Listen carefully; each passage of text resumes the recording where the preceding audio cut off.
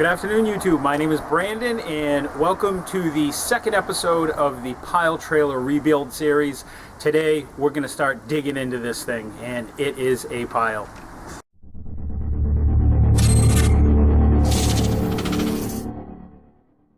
Alright guys, here it is, and this thing is rough.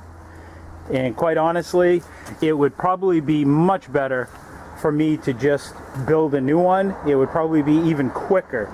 But I'm going to stick with my word. I said we're going to rebuild it, so that's exactly what we're going to do. Popcorn bubblegum welds here. Bent cross members. Cut off and grind off all the crappy welds. Here's another one. These were cut for whatever reason.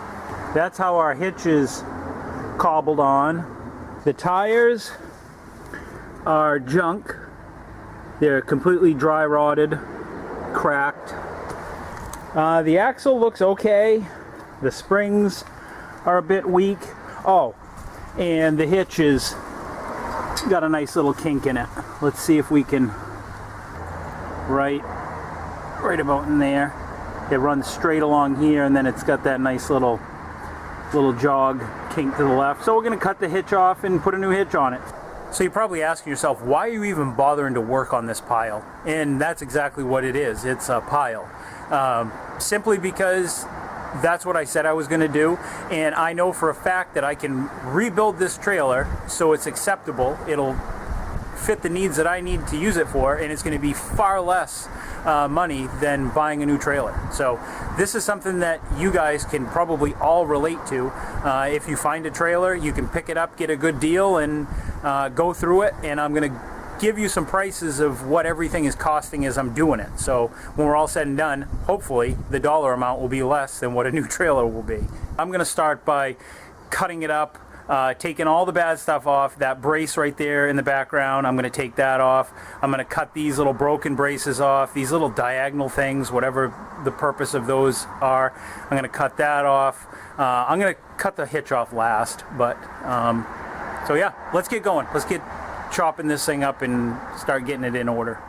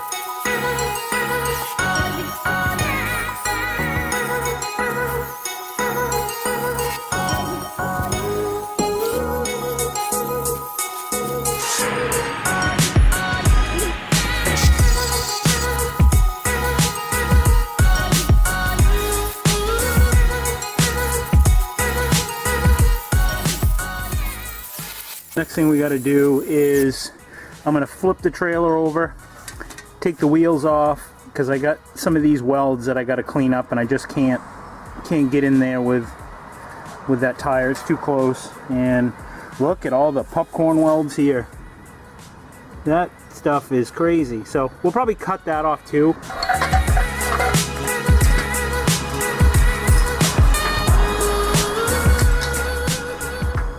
That'd really freak some people out if we towed it down the road like that, huh?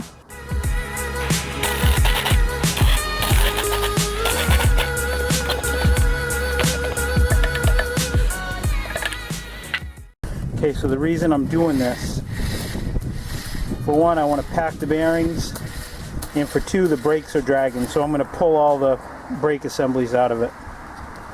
Just take the cotter pin out. You're not going to reuse it. You're going to get a new one.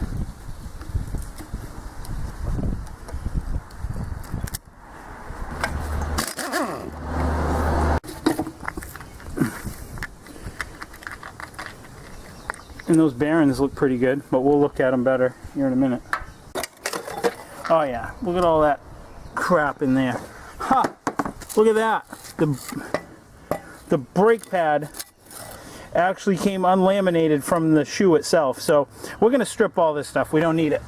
If this was a car, much of what you're seeing here is going to apply to this. So this is made specifically for this, for drum brakes, and it's to remove this cap off this spring. You just push it in and turn it. And you see how that whole side came right off.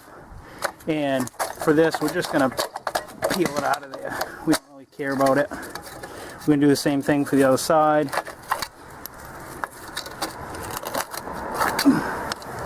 There. And get that garbage right out of there. We don't need any of that. And I'm even going to take the wheel cylinder out of it. Oh yeah, look at that. Good stuff. I'm even going to take the wheel cylinder out of it, re-grease this spindle, clean up in here a little bit, because we don't need the brakes in there. It's just more nonsense that can go wrong.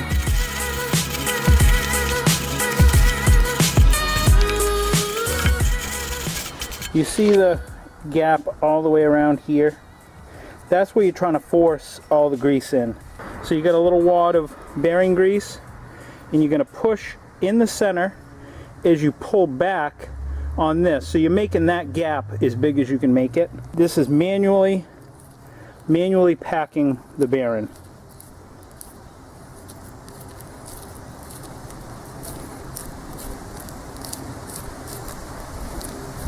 This is how they've done this for eons. They actually make a tool. I have one somewhere, but I just want to show you guys that you can do this stuff. You can pack bearings using just your hand and some grease. And if you look, when I squeeze this together now, see the grease start to come out? That bearing is fully packed.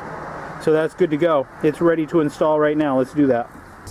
Alright, so I've got that all cleaned up, and I will clean up the actual hub itself when I get ready to paint the trailer. But for now, we're just going to put this back together. So you carefully slide that on. What I like to do is pack a bunch of grease in there. Now we're going to put on our bearing.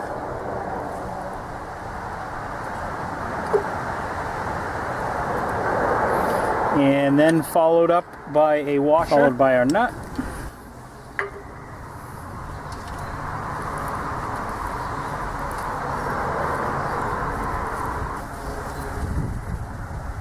Well, the way I do this is I tighten this down and kind of till there's resistance here, and then I just back that nut off so that it lines up, and then you put the cotter pin through. As you can see, guys, there is a ton of grinding and blending involved in this project. So I want to give a shout out to United Abrasives. They're the ones who have provided me with these high quality Say It grinding discs, and I will put a link in their description. But if you guys are looking for a quality disc, these are the guys to go to. Alright guys, so this is pretty much going to do it for this episode, but I do need your help, and I'm not sure about how I want to deck this trailer over. If I want to use like a 5/4 decking board or a metal expanded mesh. And I'll be honest with you, I've worked on expanded mesh trailers, but I've never owned one for myself. So I don't know the pros and cons.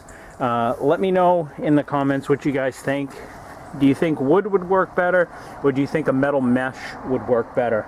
And I'm kind of leaning towards the mesh because I'm thinking that maybe it'll be a little bit lighter. But tell me what you think, because I'm really not sure. And that's all there is to it. If this is something that you like, please don't forget to rate, comment, and subscribe, and stick around for the 3rd episode where we're going to be actually cutting off the hitch and putting this thing together.